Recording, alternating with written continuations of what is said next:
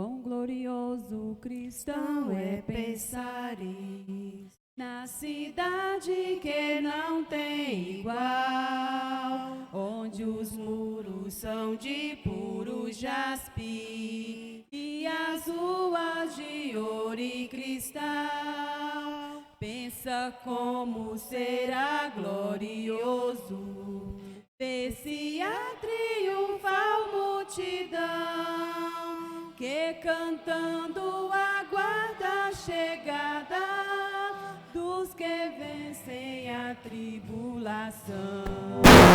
Pensa como será glorioso ver o rio da vida e luz, cujas margens juncadas de lírio são a glória de nosso Jesus. Haverá lá perpétua aurora, pois Deus mesmo alumiará, e o cordeiro com sua esposa noite e dia resplandecerá.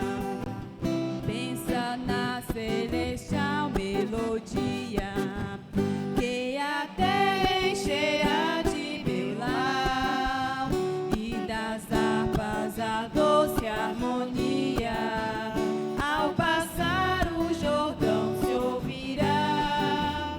Descendores que levem a morte, ser constante, não voltes atrás.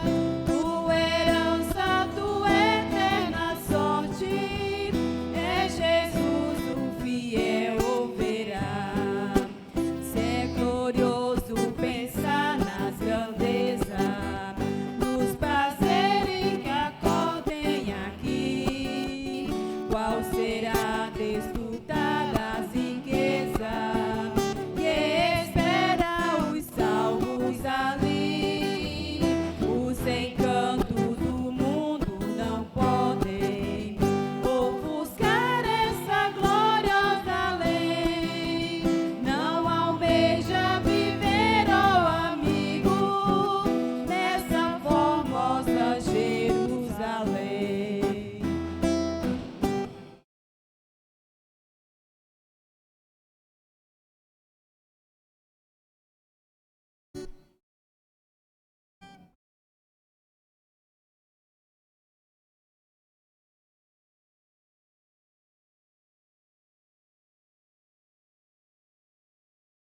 E na escolha da igreja?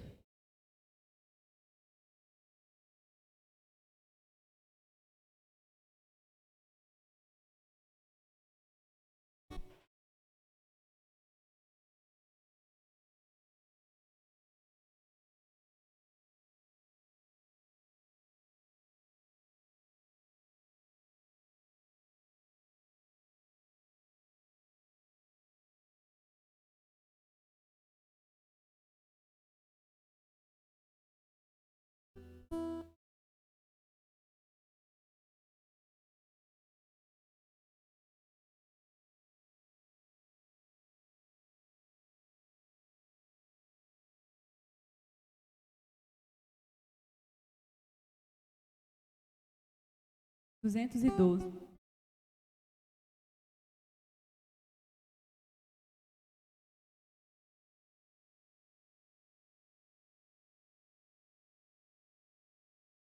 Os guerreiros se preparam para a grande luta. É Jesus o capitão que avante os levará. A milícia dos inimigos marcha e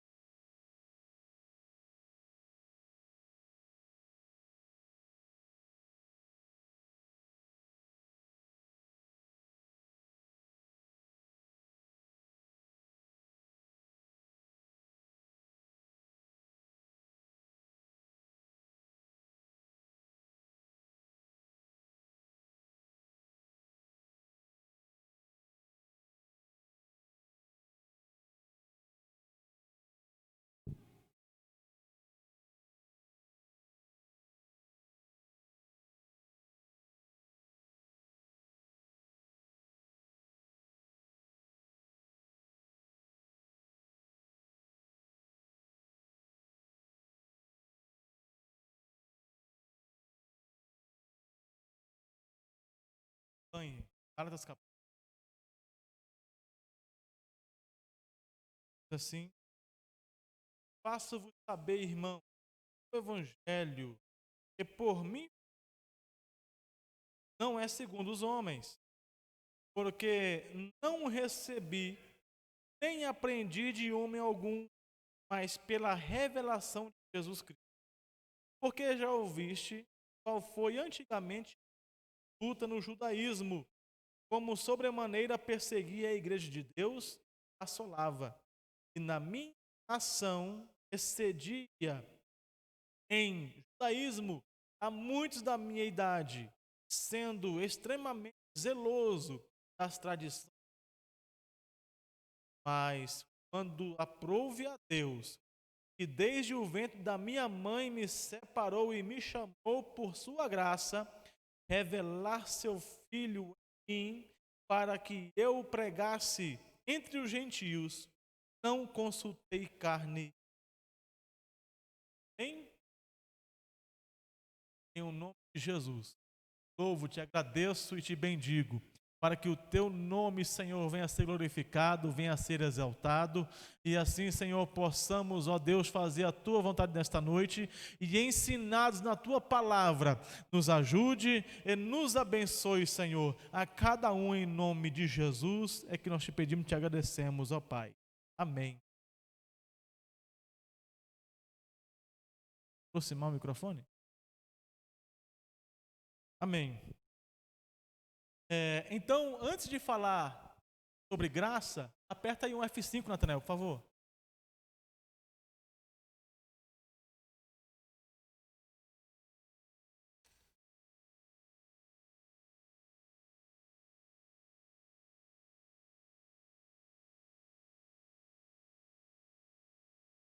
Falarmos sobre graça, nós temos que o Evangelho. Dentro daquilo que nós passamos na quarta-feira passada, o Evangelho, primeiramente, distingue três atos em três momentos distintos. O primeiro ato, o Evangelho do Reino, que era pregado por quem? Por Jesus. Jesus pregou o Evangelho do Reino. Para quem? Para os filhos de Israel. Segundo, nós temos o Evangelho da circuncisão. Quem pregava o Evangelho da circuncisão era os apóstolos. Pregava para quem? Para o povo de Israel. Terceiro, em um momento que nós vivemos, o Evangelho da graça, ao qual quem iniciou a pregação foi Paulo. Onde Paulo ele abriu o Evangelho para quem? Para os gentios. Né? E é lógico, primeiro a experimentar isso foi Pedro, justamente quando alguém chamou ele para evangelizar, chamado Cornélio. Né? Ali alguém se espantou porque alguém que alguém que não tinha nação judaica, que não era israelita, recebeu a Cristo e ainda foi batizado com o Espírito Santo, e ali houve um grande impacto de Deus naquele lugar, e as pessoas que viram aquele momento ficaram escandalizadas. Como é que pode alguém que não é judeu receber a Deus? Como é que pode alguém que não é judeu receber o Espírito Santo? Então, Pedro foi o primeiro a viabilizar que o povo gentílico, o povo gentil que não é judeu, também é de Deus. Basta o quê? Ter fé em Jesus. E foi isso justamente o Evangelho da graça, ao qual Pedro experimentou e que, conforme nós lemos aqui em Gálatas na quarta-feira passada, o próprio Pedro conselhou-se que Pedro iria ficar com os apóstolos, pregando o evangelho da circuncisão para os judeus, porque no tempo da graça, a circuncisão é quem? É Cristo. A circuncisão não é mais o corte do prepúcio, a circuncisão é a fé em Jesus. Assim como também Paulo, ele não permaneceu com Pedro e os apóstolos, não. Paulo, ele viajou, Paulo, ele foi às fronteiras, Paulo, ele se deitou em levar o evangelho aos gentios, né? Então, dentro dessa proposta, nós caminhamos para alguns aspectos do evangelho que nós não estamos vamos dizer assim, acostumados a ouvir ou até mesmo de uma certa forma assim, a pregoar, tá bom? Como o evangelho, tá? Nós não estamos acostumados a isso, porque muitas das vezes, no culto de ensino, no discipulado, as pessoas quando vêm para a igreja, elas já se sentem de uma certa forma salvas de um modo automático, só que não entende o processo, né? Não é o aceitar Jesus, é o automático para a salvação. Ah, pastor, sim, bem, mas só que isso é para uma pessoa como se fosse o ladrão da cruz. Ele aceitou Jesus e morreu. E diz a palavra que o próprio Cristo falou para aquele ladrão, ou aquele ex-ladrão, né? Porque ele se arrependeu, sim ou não? Se arrependeu na cruz. E Cristo falou para ele, ainda hoje estarás comigo no paraíso. Então, esse tipo de processo de crer e salvar é justamente processo para algo tão curto como este ex-ladrão, né? Que segundo a história, o nome dele é Dimas. Mas no entendimento, né, da preparação do evangelho para a salvação, nós temos que entender que o evangelho tem alguns processos. E nisso, ao receber o evangelho da graça, nós temos a oportunidade de sermos justificados. Amém? Aleluia. O evangelho diz que nós somos justificados. Mas só que esses justificados não é de qualquer maneira. É uma justificação gratuita. Nós não temos que pagar nada por essa justificação. Nós não temos que sacrificar nada por essa justificação. Nós não temos que dobrar nada por essa justificação, não. A justificação já foi paga. Aonde? Na cruz do Calvário. Aleluia. No livro, só para nós recordarmos aqui que foi falado, livro de Romanos, capítulo 5, versículo 1 e 2, diz assim: tendo sido, pois, justificados pela fé, temos paz com Deus, por nosso Senhor Jesus Cristo, por meio de quem obtivemos acesso pela fé, e esta graça, na qual agora estamos firmes, nos gloriamos na esperança da glória de Deus. Aleluia. Romanos capítulo 5, versículo 1 e 2, Paulo nos ensina que nós fomos justificados pela fé em Cristo Jesus. Amém?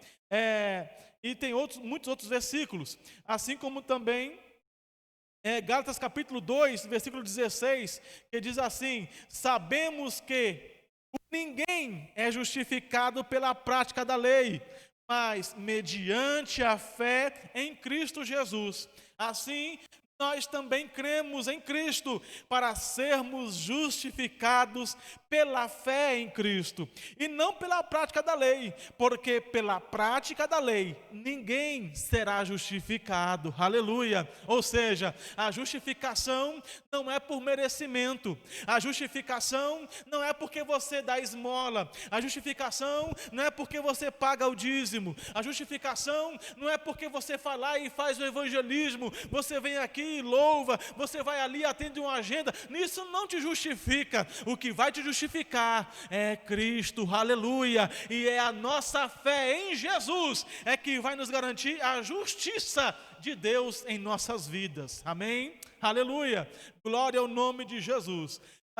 Nós temos que entender também que já falamos, só para recapitular, que o evangelho diz que somos filhos de Deus. Aleluia. Quem somos filhos de Deus? Aí existe uma divisão bastante profunda, que há um abismo entre ser criatura de Deus e um abismo entre ser filho de Deus.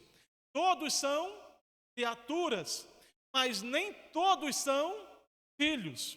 Todos são feituras de Deus, mas nem todos foram adotados por Deus por intermédio de Cristo. E vamos entender que existe, é claro, esta adoção pelo processo da justificação. Nós somos justificados para primeiro sermos justificados, para depois sermos adotados, para nos tornarmos filhos de Deus. Gálatas capítulo 4, versículo 4 a 7, nos diz assim: mas quando chegou a plenitude do tempo, Deus enviou o seu filho, nascido de mulher, nascido debaixo da lei, a fim de redimir os que estavam sob a lei, para que recebêssemos a adoção de filhos.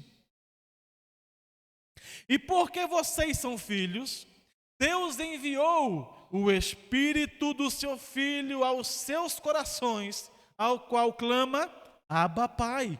Assim, você já não é mais escravo, mas filho. E por ser filho, Deus também o tornou herdeiro. Oh, glória! Aleluia! Glória ao nome de Jesus. Um versículo maravilhoso. Paulo ensina aos irmãos que moravam na Galácia de que, no outro tempo, todos estavam sobre a lei. No outro tempo, todos estavam distanciados pelo véu da divisão da lei, onde o homem não tinha comunicação, onde o homem não tinha relacionamento com Deus. Mas veio o tempo em que Jesus, aleluia, ele nascido de mulher, debaixo da lei, sim, ele viveu, ele cresceu, ele cumpriu a lei e, é claro, foi morto em juízo por nosso lugar, em nosso lugar. E nisso nos trouxe, é claro, a morte em Jesus, vida para nós, e para que nós viéssemos receber a adoção como filhos, aleluia. E porque nós somos filhos, através de Cristo, nós não somos mais escravos, mas sim filhos. E com isso, nós não temos apenas um relacionamento entre alguém lá de fora do véu e alguém dentro do Santo dos Santos. Não, por Jesus, nós podemos entrar no Santo dos Santos e termos um relacionamento com Deus, ao qual Deus também nos tornou herdeiros em Cristo Jesus. Oh, glória! Isso é maravilhoso. E só tem este privilégio quem é filho. Criatura não tem esse privilégio. Criatura não tem essa garantia, né? Então, o Evangelho diz ainda que o ministério vigente é o ministério do Espírito.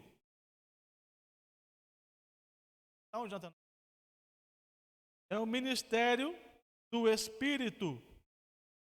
Aleluia. E aqui já vamos entrar no tema de hoje.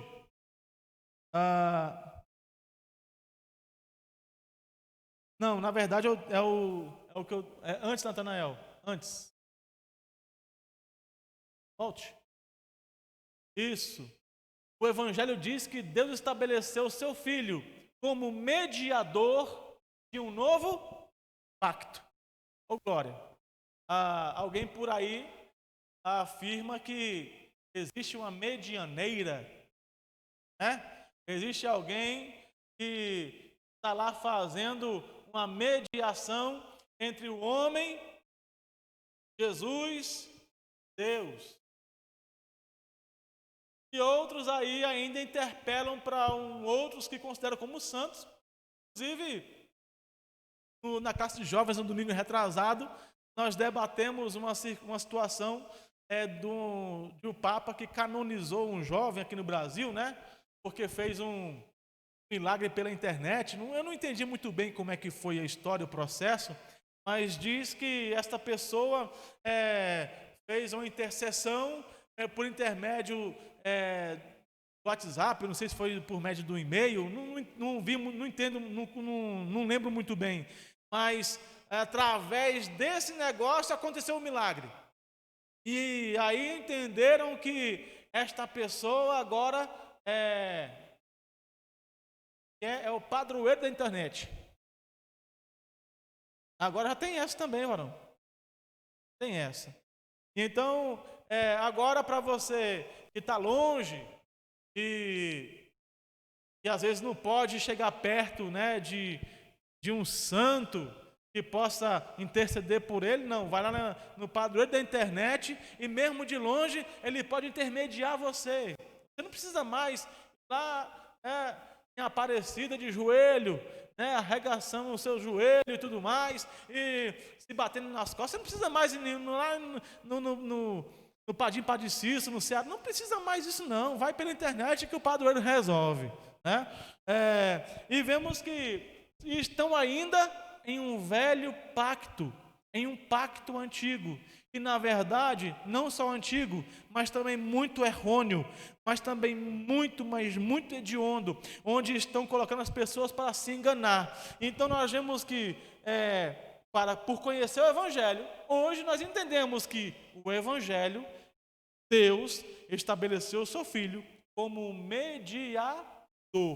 Deus, através de Cristo, Cristo não está apenas no trono, de braço cruzado, olhando para baixo, assistindo o povo sofrer. Não. O nosso Jesus, ele é o nosso mediador. Aleluia. Diz lá no Evangelho de João, capítulo 2, de que Jesus, ele é o nosso advogado. Ele está a nos defender. Ele está a ser o nosso interlocutor. Ele está a estabelecer essa mediação através do Espírito Santo. Tanto é que em Romanos fala que quando nós não conseguimos falar, o Espírito Santo faz o quê? O que o Espírito Santo faz, irmão? Como? Com gemidos inexprimíveis, né? E aí, dessa maneira, ele leva nossas orações ao Senhor Jesus, que está a mediar a nossa vida para com Deus, porque Jesus é a ponte, né? Jesus é a porta, como ele próprio fala em João capítulo 14, ele é o caminho, é só por ele que nós chegamos a Deus, amém? Então Jesus é o pacto. Passa aí, filho, por favor. Agora, porém, o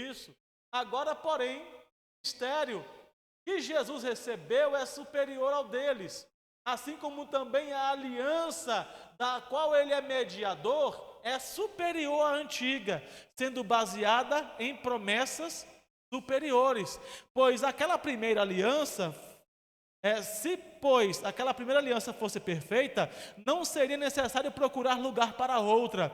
Deus também achou um povo em falta e disse: estão chegando os dias, declara o Senhor, quando farei uma nova aliança com a comunidade de Israel e com a comunidade de Judá. Aleluia! O povo não conseguia cumprir. Na escola dominical nós falamos que no povo de Israel existia um homem ao qual ele conseguia cumprir apenas 326 estatutos da lei, e na lei e os seus preceitos se somam 526. Então o homem mais excelente conseguia cumprir um pouco mais da metade de toda a lei e os seus preceitos. E vemos que a lei por si só não estava ajudando a salvar, mas sim estava ajudando o quê? A apontar, a condenar e, é claro, a trazer para o homem a sua própria, o seu próprio modo de vida errôneo, né? Porque não trazia para o homem um relacionamento com Deus, trazia para o homem uma religiosidade. Eu cumpro aqui meu sacrifício, eu volto e faço o que eu quero. Eu cumpro aqui meu sacrifício e volto e faço o que eu quero. Deus não quer isso. Deus quer o quê? Relacionamento com o homem. Então, passa, filho, por favor. Deus, portanto, santos irmãos, livro de Hebreus, capítulo 3, versículo 1 a 3.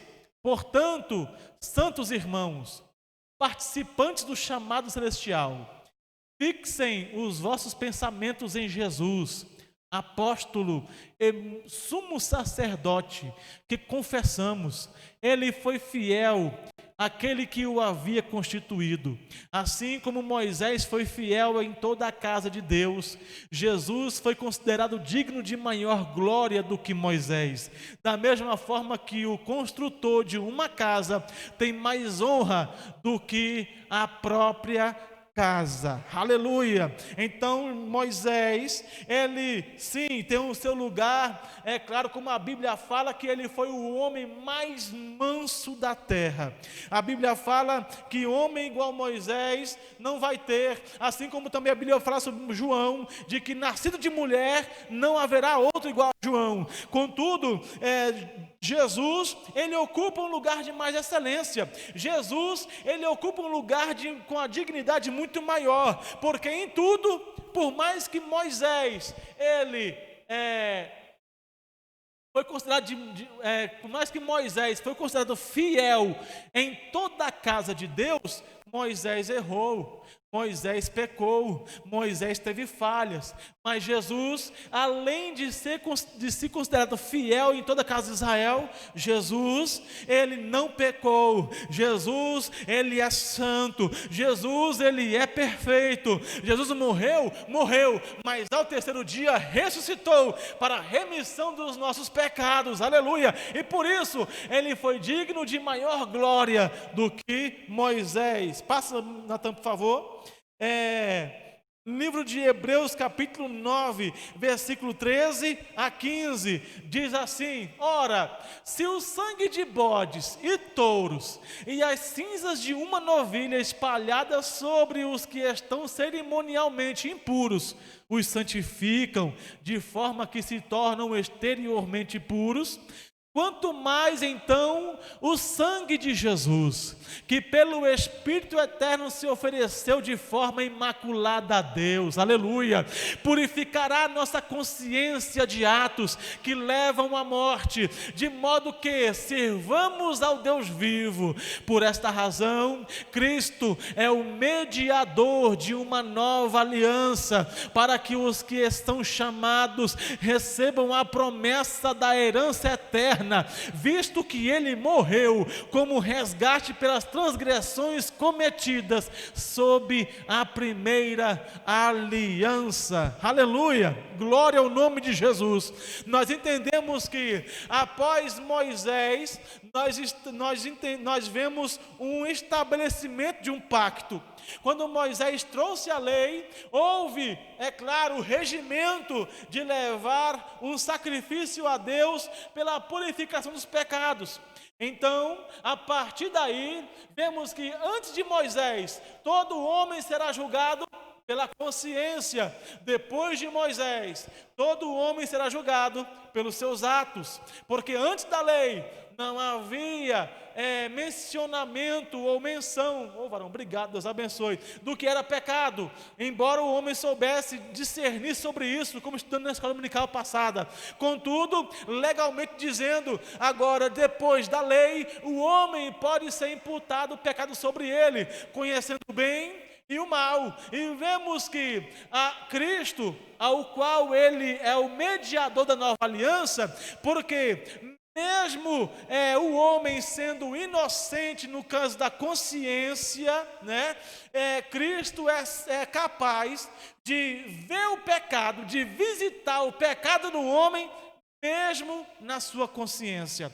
Ou seja, nem Adão, nem Eva, nem Abel, nem Caim, eles serão encontrados como puros simplesmente porque não conheciam a lei. Mas Jesus, por ser mediador da nova aliança, que é capaz de salvar Adão até o último ser vivente, Jesus é capaz de visitar o pecado nessas pessoas e trazer a mediação dessa nova aliança. Aleluia!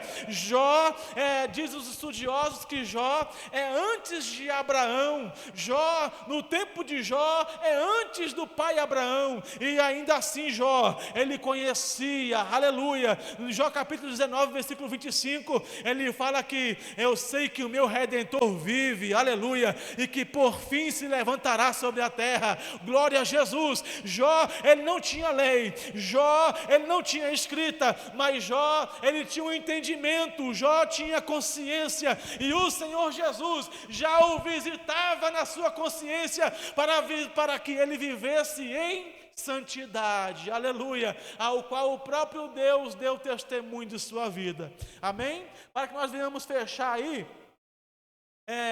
o Evangelho diz que o ministério vigente é o ministério do Espírito Santo.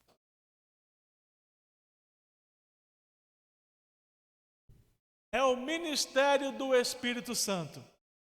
Quem trabalha é o Espírito Santo. Quem faz é o Espírito Santo. Quem molda é o Espírito Santo.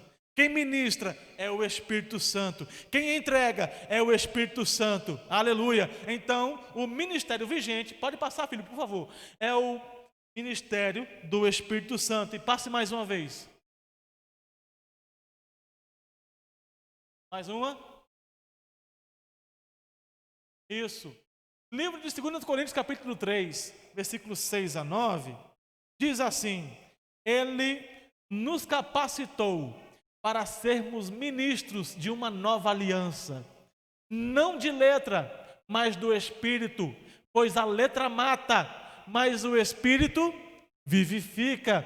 O ministério que trouxe a morte foi gravado com letras em pedras, mas esse ministério veio com tal glória que os israelitas não podiam fixar os olhos na face de Moisés por causa do resplendor do seu rosto, ainda que desvanecente. Mas será o ministério do Espírito ainda muito mais glorioso? Se era glorioso o ministério que trouxe condenação, quanto mais glorioso será o ministério que produz justiça. Oh, glória, aleluia! Se nós entendemos que através de Moisés veio o ministério da lei, que trazia para os homens a obrigação de andar na lei, e ainda assim esse ministério era considerado glorioso porque era da parte de Deus, imagine então hoje o ministério do Espírito, que não veio trazer condenação, mas o ministério do Espírito veio trazer justiça. O ministério do Espírito veio trazer o quê? A abolição da culpa e acrescentar a fé em Cristo, aleluia, em que nós não somos merecedores de nós mesmos sermos idos para o céu, mas Jesus é poderoso para nos salvar, Jesus é poderoso para nos redimir, Jesus é poderoso para nos abençoar, e é isso que o ministério do Espírito Santo nos traz como entendimento, aleluia. Se o homem era necessário sacrificar no antigo passado, hoje é necessário apenas ter fé em Jesus. Oh, aleluia, e a nossa fé em Jesus é capaz de nos alicerçar para fazermos muito mais do que o próprio Cristo fez aqui na terra. Amém? Glória a Deus.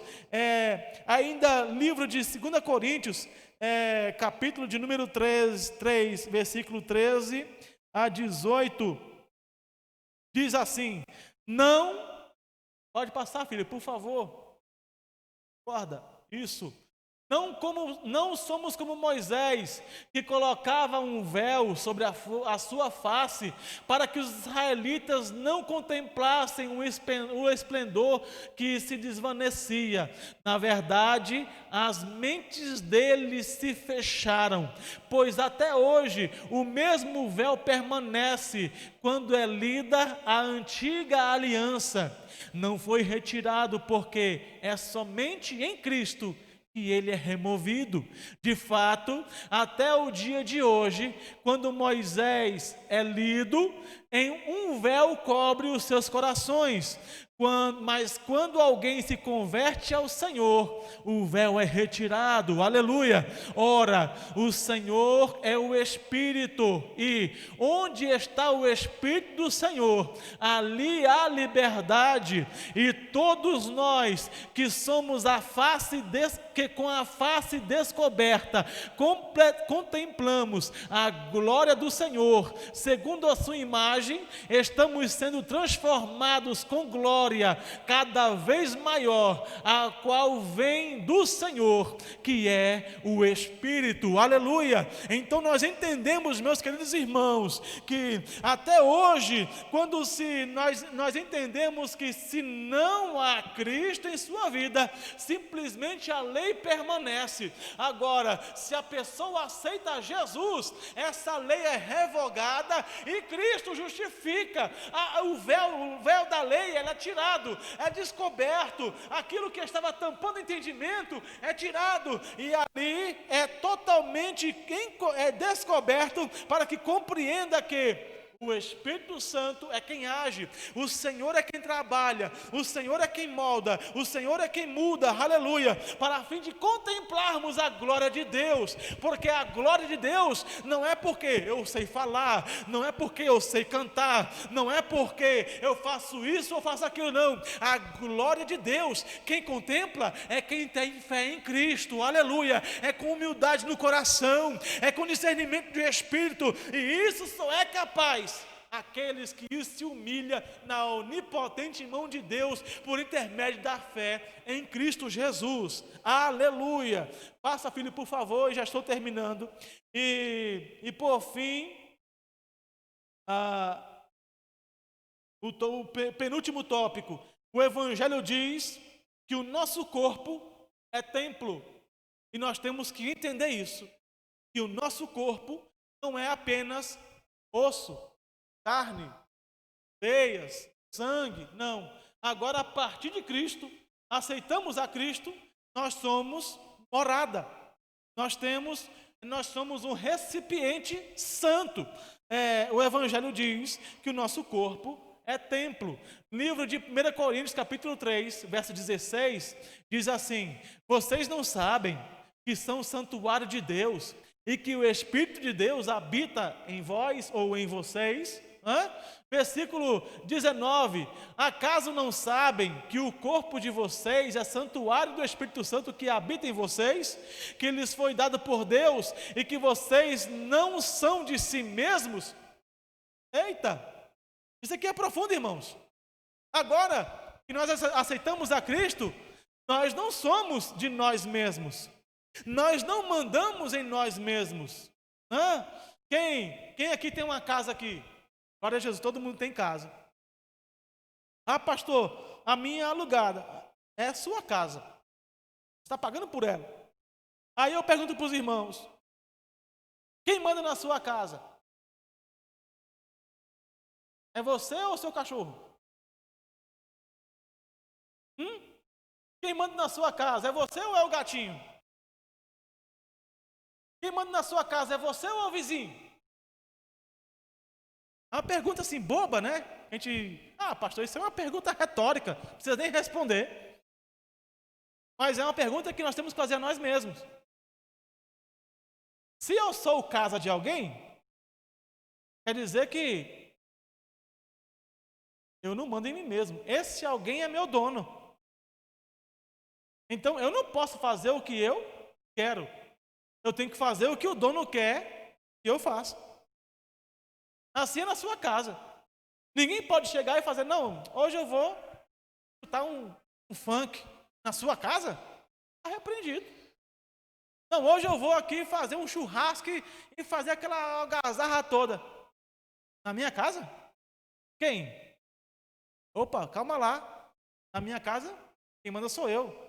Tem outros princípios, tem outras coisas a serem feitas, né? Outros procedimentos. Assim, somos nós, como casa do Senhor, como morada do Altíssimo. Quem manda não são nós mesmos. Quem tem que mandar é o Senhor Jesus. Quem tem que mandar é o dono da casa. E aí nós temos que compreender, nós temos que dar ouvidos a quem? Ao dono da casa. Temos que dar ouvidos ao dono da casa. E por último aí,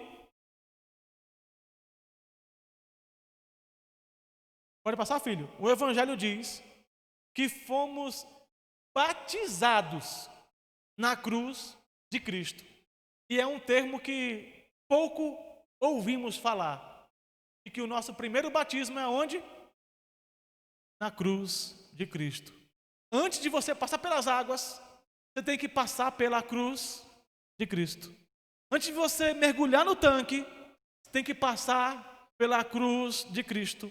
Porque se você não passar pela cruz de Cristo, você não vai estar apto a ser batizado nas águas. Se você não morrer com Cristo, você não está apto a se arrepender dos seus maus. Livro de Romanos, capítulo 6, versículos 1 ao 5. Romanos capítulo 6, versículo 1 ao 5. O que Paulo ensina aos romanos? Que diremos então? Continuaremos pecando para que a graça aumente? Olha que pergunta. Porque antes disso, Paulo fala que aonde abundou o pecado, o que aconteceu? Superabundou a graça. É a aplicabilidade do amor de Deus. Porque o próprio Jesus nos ensina que nós não temos nenhum benefício em amar a quem nos ama. Nós temos que amar quem?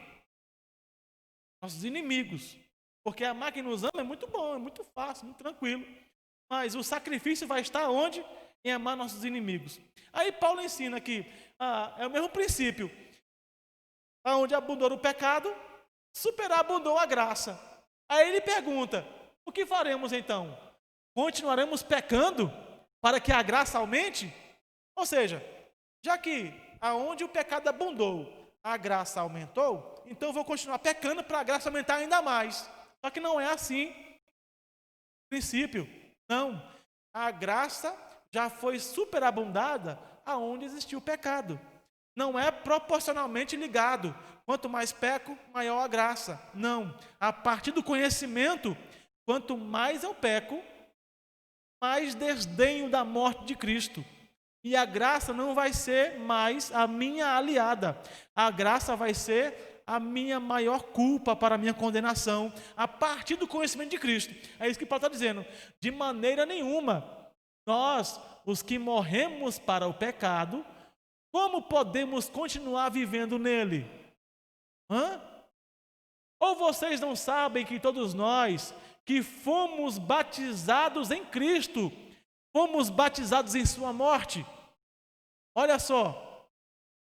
Portanto, fomos sepultados com ele na morte por meio do batismo, a fim de que, assim como Cristo foi ressuscitado dos mortos, mediante a glória do Pai, também nós vivamos uma nova vida, uma vida nova. Se dessa forma formos unidos a Ele, na semelhança da sua morte, certamente o seremos também na semelhança da sua ressurreição. Aleluia! E é por isso que o próprio Cristo, ele antes de Paulo, ele já ensinava: quem quer ganhar a sua vida, perca agora, não tenha agora. Quem quer salvar a sua alma, não venha ter os prazeres agora, recruza dos prazeres agora, para gozar no porvir o futuro com o Senhor Jesus para sempre. Aleluia! Então Paulo ensina que nós devemos morrer com Cristo.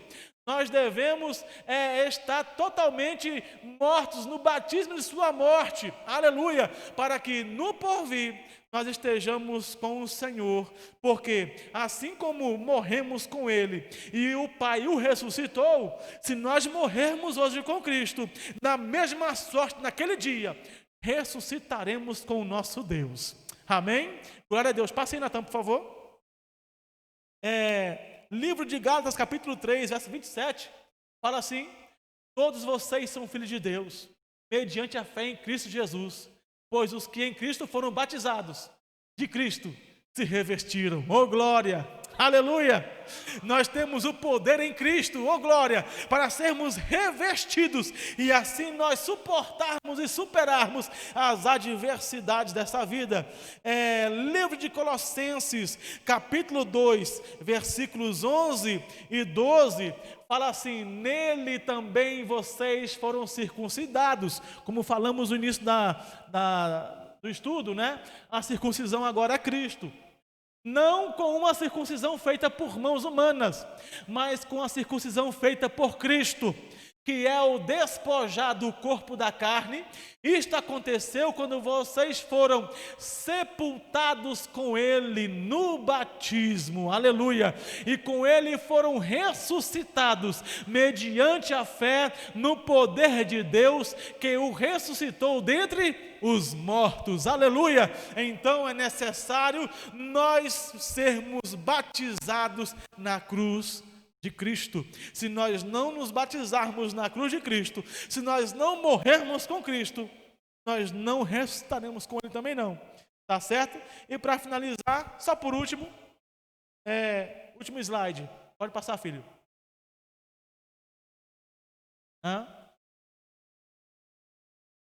Há um só corpo e um só Espírito, assim como a esperança para o qual vocês foram chamados é uma só. Há um só Senhor, uma só fé, um só batismo, um só Deus e Pai de todos, que é sobre todos, por meio de todos e em todos. Aleluia! Livro de Efésios capítulo 4, versículo 4 e 6. Que nós possamos, irmãos, em um nome de Jesus, viver uma união, viver uma unidade em nossas vidas, não só de um para com os outros, mas termos essa unidade com o Senhor, termos essa unidade em comunhão, termos essa unidade em discernimento, sabendo que a nossa vinda aqui na igreja não é apenas um mero acaso de estarmos de uma forma viciosa, como se fosse uma religião. Não, nós não somos religiosos, nós temos que ser crentes em Jesus, ao qual cremos que assim como o Senhor veio, Ele vai voltar, ao qual nós cremos que assim como Ele morreu e ressuscitou, Ele também nos ressuscitará, aleluia, e que assim como Ele é fiel, Ele permanece fiel para cumprir tudo em nossas vidas, e nós temos que permanecer fiéis para com Ele, amém? Vamos colocar de pé em nome de Jesus. Deus abençoe a cada irmão em nome de Jesus, a cada irmã que está aqui conosco, e vamos prosseguir avante. Eu quero nessa oração orar por cada um de nós, para que nós possamos permanecer em fidelidade, para que nós possamos permanecer com o Senhor Jesus, orando e fiéis, para que nós nunca venhamos ser pegos de surpresa, nunca venhamos ser enfraquecidos, e sim nós venhamos permanecer ligados com o Senhor Jesus, amém? Deus é eterno e soberano, Pai. Muito obrigado, Senhor, por estarmos aqui em Tua casa. Muito obrigado, Senhor, por Tua palavra em nosso meio. Muito obrigado, Senhor, por estarmos aqui diante de Ti, ó Deus, com graça. E assim, Senhor, te pedimos que venha nos abençoar, que venha, Senhor, nos ajudar, que venha, Senhor, nos dar fortaleza. Meu Pai, sabemos que Tu és fiel, nós cremos na Tua fidelidade. E assim, Senhor, te pedimos que Teu Espírito Santo venha trabalhar em nossas vidas. Nós permitamos, Senhor, que Teu Espírito Santo trabalhe em nosso caráter, trabalhe, Senhor, em nossas vidas, meu Pai, para que nós possamos permanecer em fidelidade para contigo, possamos permanecer, Senhor, como crentes em Ti, esperando a Tua volta, esperando, Senhor, ansiosamente o Teu retorno, porque sabemos que grande será a tribulação daqueles que ficarem, mas também grande será a alegria daqueles que subirem contigo. Meu Pai, nos abençoe e permita-nos, ó Deus, que assim possamos permanecer contigo para todo sempre, e nos fortaleça, meu Pai, em nome de Jesus, é que nós te pedimos e te agradecemos para a tua honra e glória em nome de Jesus, meu Deus, amém, e graças a Deus. Mais uma vez eu quero orar com os irmãos agora, de forma específica pelo nosso pastor Adalino, mais uma vez, e vamos lembrar da irmã Tereza, que está lá em Paranoá, está no Paranoá, está tratando, ela não chegou ainda, mas vamos orar para que Deus venha dar o livramento para ela, tá? Porque ela não está bem. Assim como também vamos orar pela irmã Luísa, pela irmã Anália, né? Vamos orar pela irmã Marinalva, pela irmã Vânia, que ainda está isolada, pela irmã Cida, que está em São Sebastião ainda, né? Estou desejoso de visitá-la, ela está se recuperando ainda, né? Da crise diabética que ela teve, né? Irmãos, eu fiquei assustado quando eu vi aquela foto dela no Zap. Quem mandou foi a irmã Ivone? Acho que foi, né? Mano de Deus, é terrível que aquela mulher passou e ainda está enfrentando para se recuperar, né? Então, vamos orar por a senhora?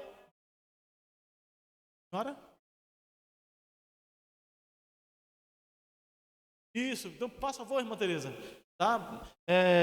Nos informe em nome de Jesus. Eu estou desejoso a visitá-la, né, ainda aqui em Brasília, o quanto antes, tá bem?